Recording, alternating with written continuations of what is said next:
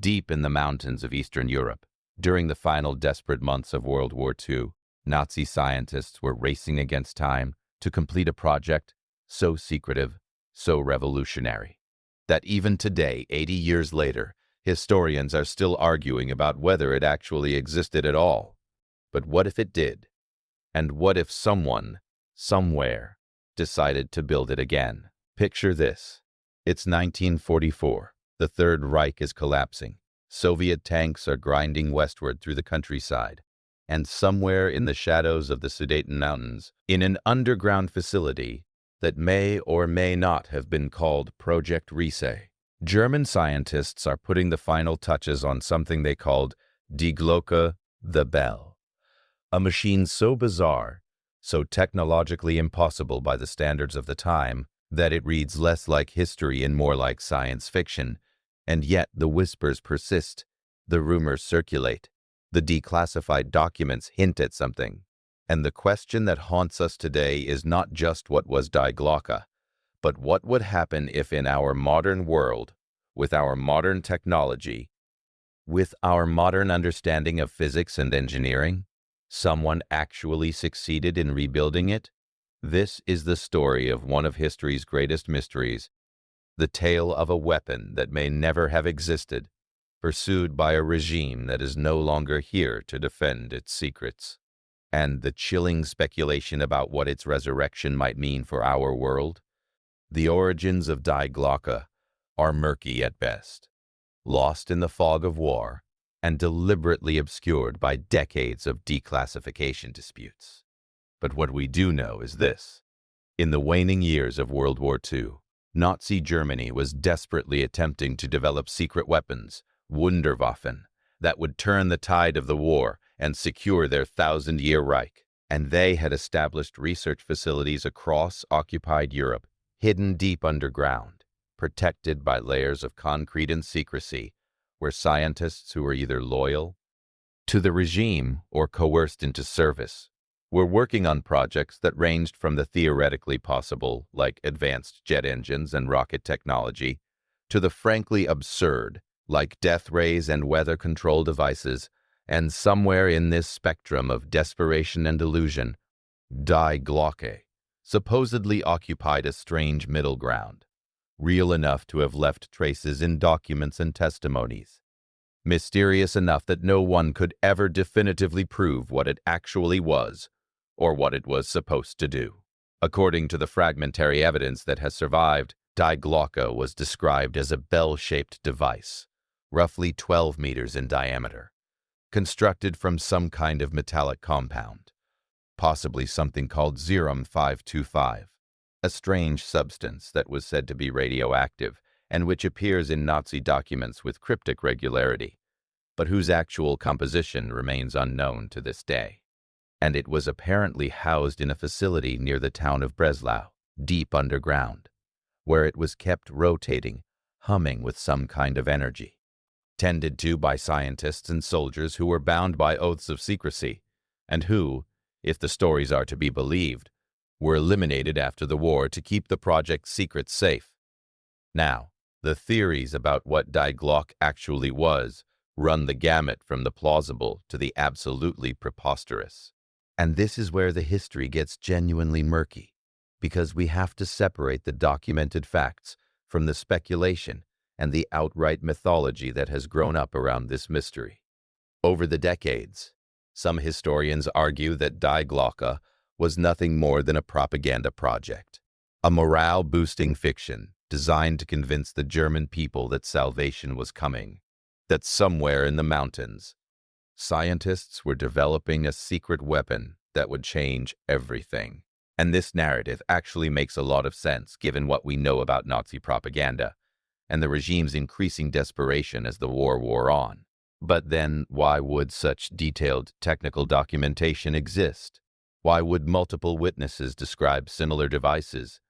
Why would post-war intelligence agencies take it so seriously? Others suggest that Die Glocke was some kind of advanced propulsion system or aircraft engine, a revolutionary engine design that was years ahead of its time. And while Nazi Germany did indeed develop remarkably advanced aircraft and rocket technology, The descriptions of Die Glocke seem to go well beyond anything we have documented evidence of, and the claims about what it could do stretch credulity even for a regime that had access to some of Europe's finest scientific minds. But then there are the more esoteric theories, the ones that have seeped into popular culture and conspiracy communities. Theories that claim Die Glocke was some kind of anti-gravity device, or a tachyon generator, or a temporal displacement machine, or a weapon based on exotic physics that we are only now beginning to understand. And while these ideas make for compelling science fiction and have inspired countless books, documentaries, and internet rabbit holes, the evidence for them is essentially non-existent, consisting mainly of second-hand accounts, fragmentary documents that have been interpreted in wildly different ways, and the kind of testimony that becomes increasingly unreliable the further we get from the actual events. What is certain is that Nazi Germany was genuinely interested in exotic physics and cutting-edge science, that they had the resources and the desperate motivation to pursue advanced projects, that they did develop revolutionary weapons systems like the V-1 and V-2 rockets, and that they were willing to invest enormous resources into projects with uncertain outcomes. So it would not have been completely out of character for them to pursue something as strange as Die Glocke. But the question remains, did they actually build it? Did it actually work? And did they actually manage to hide it so completely that 80 years later, we still cannot prove either way? The end of World War II was chaotic, deliberately chaotic in many ways, as both the Allies and the Soviets raced to capture Nazi scientists, technology, and research before the other side could get to it. And in that chaos, any number of things could have been hidden, destroyed, or transported to locations unknown. And the fact that the Nazis had a head start in removing their most valuable assets to safe locations or secret hideouts means that we may never know exactly what happened to every piece of advanced technology or research that they possessed. The mystery of Die Glocke really crystallized in the post-war period, when former Nazi scientists and officers were being interrogated by American and Soviet intelligence services, and some of them began to talk about this mysterious bell-shaped device that they had worked on or heard about, and the stories varied considerably depending on who was telling them. Some claiming it was an anti-gravity machine, others saying it was a weapon, still others insisting that it was a propulsion system of some kind. And the American and Soviet intelligence agencies took these accounts seriously enough to document them, to pursue investigations, to declassify documents decades later that hinted at the mystery but did not resolve it, suggesting that even the intelligence agencies themselves were not entirely certain what they were dealing with. One of the most famous accounts comes from Igor Witkowski, a Polish researcher who interviewed former Nazi and Soviet personnel in the 1990s and 2000s, and who has written extensively about Die Glocke based on these interviews. And his accounts have been enormously influential in shaping the modern perception of Die Glocke as some kind of revolutionary device. But his work is also controversial because many of his sources are anonymous, because his interpretations of ambiguous historical records are quite speculative, and because his claims about what Die Glocke actually was go well beyond what can be supported by the documentary evidence. And then there is the question of the survivors and witnesses who may have been involved with Die Glocke, individuals who allegedly worked on the project or saw it with their own eyes. But as with so much else related to this mystery, the testimony is fragmentary, sometimes contradictory, often uncorroborated, and filtered through decades of retelling and reinterpretation. And we have to be very careful about accepting such testimony as historical fact without corroborating evidence, because human memory is fallible, particularly memory of traumatic events that happened 8 decades ago. And because people who are telling stories about secret Nazi weapons in interviews with researchers are potentially motivated by fame, attention, or simply by the desire to be part of something historically significant. What we can say with some confidence is that the Nazis were interested in advanced research, that they did develop revolutionary technology, that they had secret facilities and secret projects, and that, at the end of the war, there was significant effort to capture or destroy these assets before they could fall into enemy hands. But whether Die Glocke was a real project, or a confusion of different projects, or simply a myth that grew out of fragmentary wartime records and post-war imagination, remains genuinely unclear. And this ambiguity is precisely what makes Die Glocke such a compelling historical mystery, because it exists in that twilight zone between documented fact and pure speculation. Now, let us shift our focus from the historical mystery to the contemporary speculation, because the real question that animates this documentary is not simply what Die Glocke was or whether it existed, but rather what would happen if modern scientists, working with modern technology and modern understanding of physics, decided to actually try to build it. And to answer that question, we need to first understand what the various theories claim Die Glocke was supposedly capable of doing,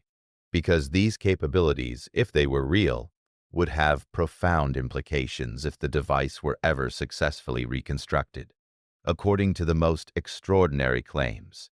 Die Glocke was supposed to be capable of creating a field of some kind that would make objects within it gravitationally neutral, essentially defying gravity. And if true, this would represent a discovery so profound that it would revolutionize physics and engineering, and would immediately make whoever possessed it the most technologically advanced power on Earth. But the physics of this claim is extraordinarily dubious, and while we have theoretical frameworks like general relativity that describe gravity in terms of curved spacetime, we do not have any understanding of how to actually create a gravity-canceling field, and the energy requirements to do so would be astronomical, possibly beyond what we could ever harness. Other claims suggest that Die Glocke was some kind of advanced propulsion system, a revolutionary engine that could achieve speeds and accelerations that seemed impossible. And while advanced propulsion systems are certainly within the realm of scientific possibility, and engineers are actively researching things like ion drives and theoretical concepts like warp drives, the claims about Die Glocke seem to suggest something that transcends our current understanding of physics, something that would require harnessing forces or energies that we do not currently know how to access. Still, other theories propose that Die Glocke was a weapon of some kind, possibly based on exotic physics or particle acceleration, that could kill or destroy things over a distance, perhaps using directed energy. And while directed energy weapons are a real area of military research, and have been for decades, the descriptions of Die Glocke as a weapon seem to go well beyond anything we have evidence that the Nazis actually developed. The fascinating thing about the question of rebuilding Die Glocke is that it forces us to confront the gap between Nazi-era technology and modern technology, and to ask whether the things that Die Glocke was supposedly capable of doing would actually be possible if we approach them with our contemporary understanding of science and our contemporary technological capabilities. In other words, even if the Nazis did build some kind of prototype device that they called Die Glocke, and even if it did work in some limited way, the question of whether a modern team of scientists could rebuild it and make it actually function as the legends claim is an entirely different question. Let's imagine,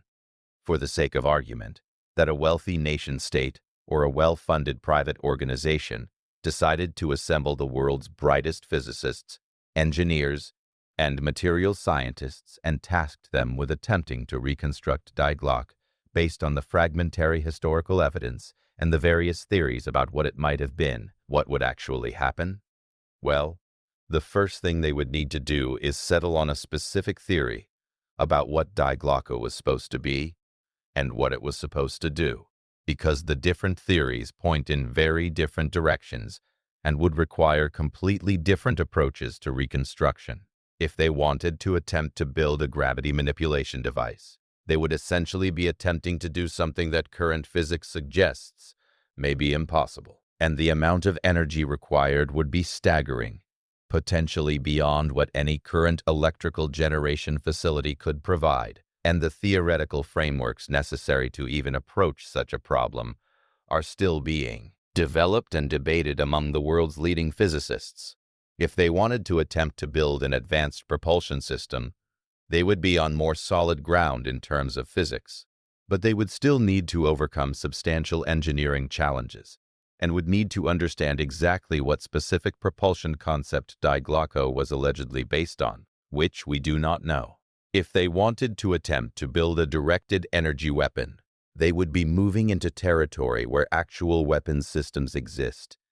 and are actively being developed by military organizations around the world. But they would still need to understand exactly what the Nazi concept was and whether it was actually viable. The most likely scenario, if someone actually attempted to rebuild Die Glocke based on the available evidence, is that they would end up building some kind of sophisticated experimental apparatus that would be impressive as a piece of engineering and as a scientific undertaking, but which would not actually do anything remotely like what the legends claim Die Glocke was supposed to do, because those legends are built on speculation, on misunderstandings of partial information, on the fog of war and the distortions of memory and time.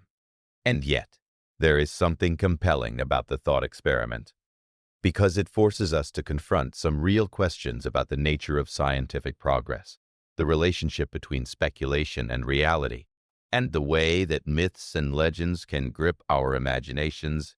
even when we know them to be dubious. The real consequences of Die Glocke being rebuilt would depend almost entirely on what it actually was and what it actually did. But we can speculate on some of the implications.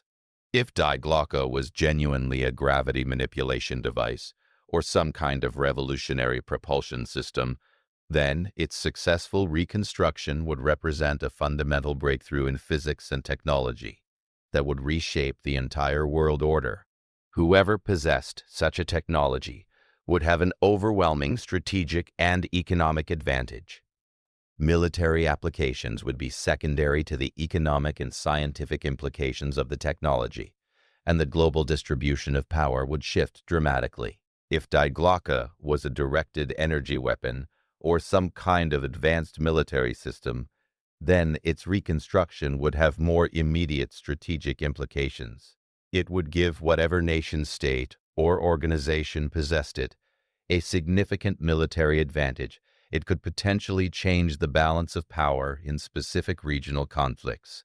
and it would likely spur a new arms race as other nations attempted to develop countermeasures or their own versions of the technology. If Die Glocke was nothing more than propaganda or a confused mixture of different projects, then its reconstruction would accomplish nothing and would be remembered as a fascinating historical dead end, an elaborate failure built on misunderstandings and myth. But perhaps the most interesting implication is the psychological and cultural one. The fact that the idea of Die Glocke, the myth of Die Glocke, has persisted for 80 years, has inspired countless books and films and internet discussions, has become embedded in our cultural consciousness as a symbol of secret knowledge and hidden power, says something profound about human nature and our desire to believe that there are mysteries, that there are secrets, that there is hidden knowledge just beyond our grasp. The existence of the Die Glocke myth tells us something about ourselves and our relationship to history and to the unknown. It speaks to our fascination with lost technology and forbidden knowledge. It appeals to a part of our minds that wants to believe that there are possibilities we have not yet imagined, and that, in the shadows of the past,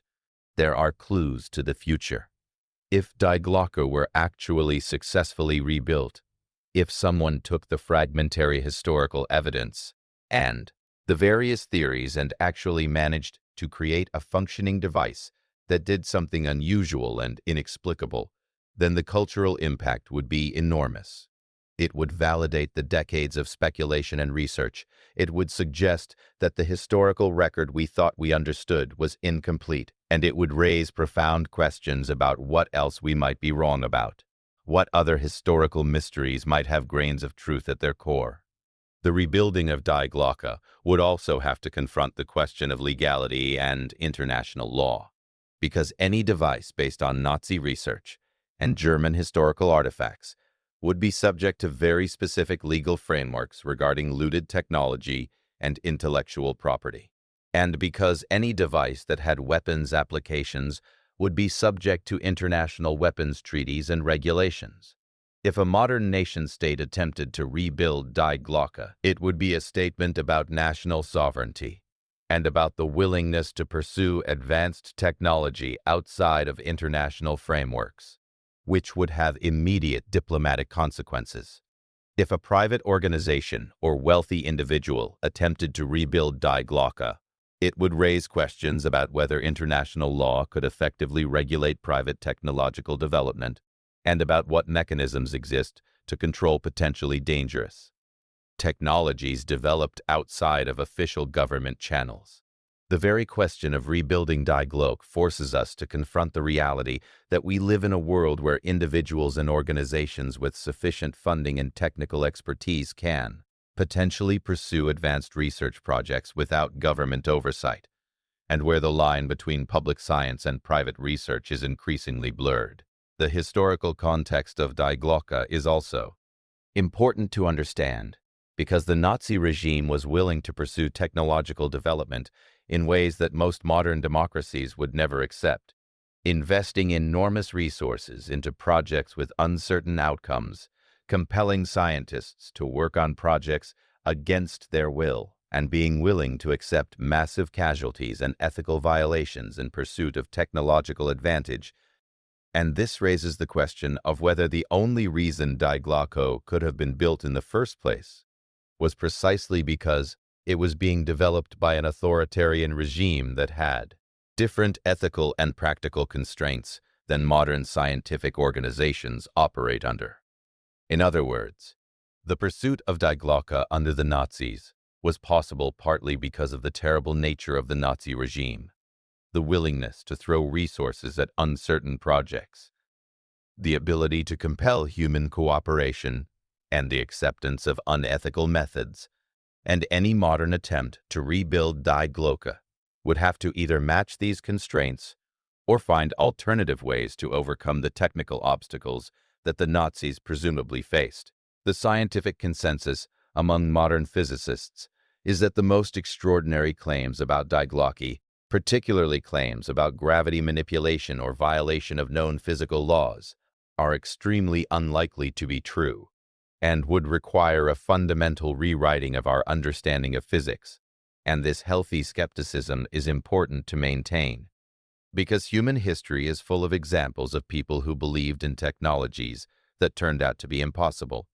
from perpetual motion machines to quantum water, and the burden of proof for claims that extraordinary is very high. And yet, science is also full of examples of things that people thought were impossible turning out to be possible, from relativity to quantum mechanics to the splitting of the atom. So we cannot entirely rule out the possibility that Die Glocke, if it existed, was based on some understanding or some technology that was genuinely ahead of its time. The middle ground is probably the most reasonable position. Die Glocke probably existed, at least in some form, as a research project or a prototype, but it probably was not capable of doing most of the things that the legends claim, and any modern attempt to rebuild it would likely result in disappointment and failure unless it was based on a fundamental misunderstanding of what the original device actually was. What strikes me most about the Die Glocke mystery is the way that it has endured and even grown more culturally significant over time, the way that despite 80 years of investigation and declassification and historical research, we still do not have definitive answers, and the way that the mystery continues to inspire speculation and research and creative engagement, and this suggests that Die Glocke is valuable precisely because it is mysterious, that the act of investigation and theorizing about what it might have been is perhaps more culturally and psychologically significant than any answer we might eventually arrive at. The question of what would happen if Die Glocke were rebuilt is ultimately a question about the nature of progress and power and knowledge, about what it would mean for our world if some of the things we thought were impossible turned out to be possible, and about what would happen if technologies we have only imagined in fiction turned out to have grains of reality at their core. If someone managed to successfully rebuild Die Glocke and demonstrate that it worked and that it was capable of doing extraordinary things, the implications would be staggering. Not just for military and strategic reasons, but for our fundamental understanding of physics and reality. It would suggest that the gap between what is known and what is unknown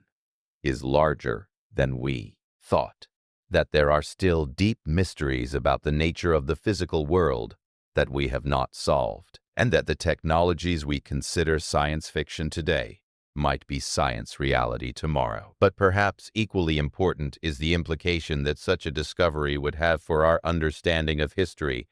and the human past. It would suggest that there were people working on these problems, thinking about these ideas, attempting to crack these codes 80 years ago, and that their work, their genius, their insights were real and meaningful, and contributed to the trajectory of human knowledge, even if we have lost most of the details. And so the question of what would happen if Die Glocke were rebuilt is not just a technical question, or a military question, or even a historical question.